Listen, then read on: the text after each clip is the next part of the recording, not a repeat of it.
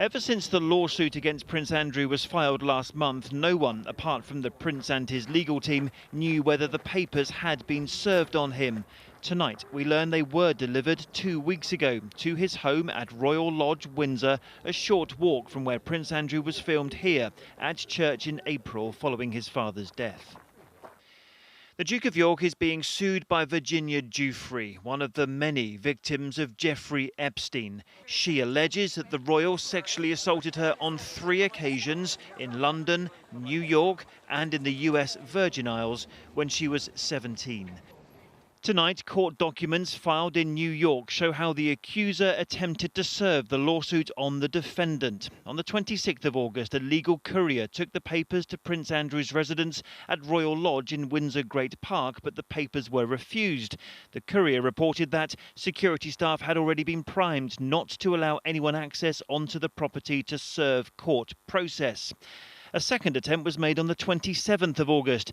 They asked to meet personally with the prince, but in the end the papers were left with a police officer who said they would be sent to the legal team.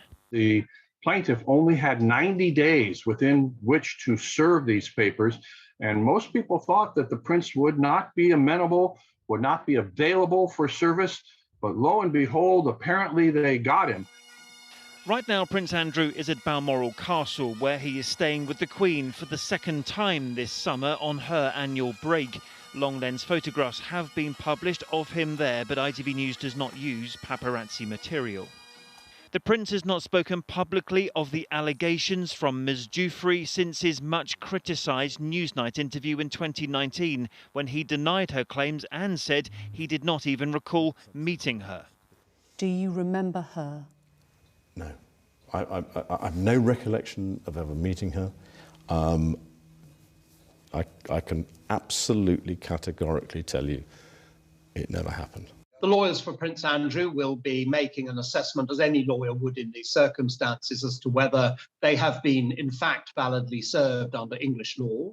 And secondly, they'll be working out what's their next move. Are they going to challenge the validity of service, or are they going to ignore the proceedings, or are they going to go to America to meet the case?